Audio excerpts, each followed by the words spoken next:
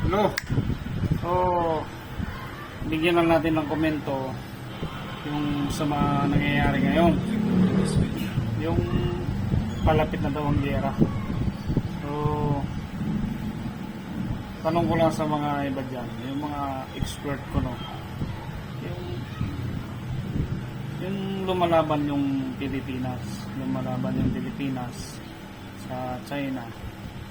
Hindi rin naman kasi kayo nag-iisip. Paano kung sumiklab nga ba talaga ang gera? Nga, sino ang kawawa? Yung mga civilian, di ba? Hindi nyo rin niisip yun.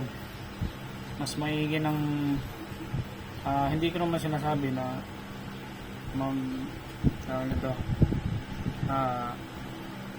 hindi tayo, kumbaga parang kinukutsana nga tayo, hindi tayo idadaan na lang natin sa idadaan na lang dapat sa tamang proseso para hindi humantong sa giyera.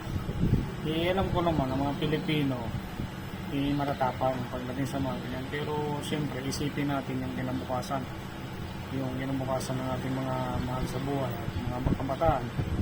So kawawa talaga dyan ang mga sibilyan. So, naisip niyo ba pag sumiglab ang giyera na yan? Oo nga, kalaban niya ang Pilipinas yung lalaban. Makikipaglaban talaga yan. Pero, ang magiging bunga niyan, kagutuman.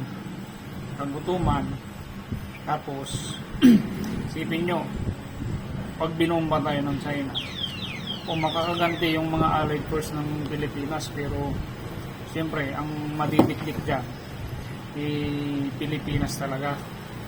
So, itagay na lang natin yan, guys. So,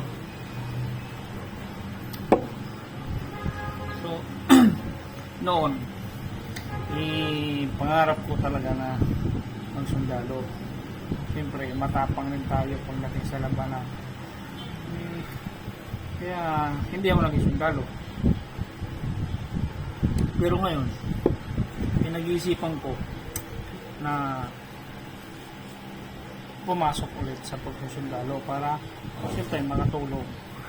Pero naisip-isip ko rin kasi paano kung sumiklab na talaga yung giyera laban sa China. Paano kung halimbawa magsisimula sa Taiwan hanggang sa mapunta na rito sa Pilipinas.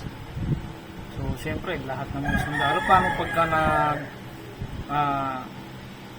kinapos yung sundalo, automatic yan, lahat ng mga kalalakihan ipahawakin ng armas para tumulong sa giyera. So, di ba? Isipin nyo lang yun. Isipin nyo lang yung nangyayari ngayon sa Gaza, Israel, o anong nangyayari. Nakikita nyo ba yung mga video na mga kabataan, mga matatanda, halos walang makain, sira-sira yung mga, isipin nyo yun. So mga nakikita ko kasi sa social media, yung mga nagko-comment, parang tuwang-tuwa pa dahil matapang ang Pilipinas na makikipag-giyera talaga sa China. So alam naman natin na matapang ang Pilipinas, pero isipin na lang natin yung kinabukasan pagka sumiklab na talaga yung giyera. So yun lang yung komento ko doon.